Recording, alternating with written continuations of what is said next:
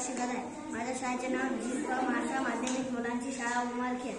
आज माझ्या प्रोजेक्टचे नाव आहे स्मार्ट टॉयलेट। आपण बहुतेक जागी पाहतो की पाण्याचा दुष्काळ पडत आहे। आपल्याला सकाळपासून ते संध्याकाळपर्यंत पाण्याशिवाय आपले एकही काम धकत नाही। तेच पाणी वाचवासाठी मी हे स्मार्ट टॉयलेट बनवलेलं आहे। तुम्हाला मी हे एक्सपेरिमेंट करू।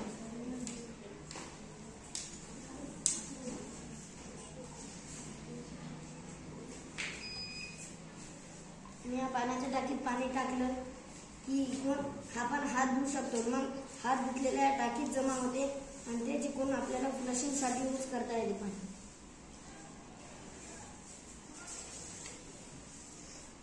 आपल्याला इथं हात धुवून ते पाणी वेस्ट न होता या पाईपनं इकडे फ्लशिंगसाठी जाते।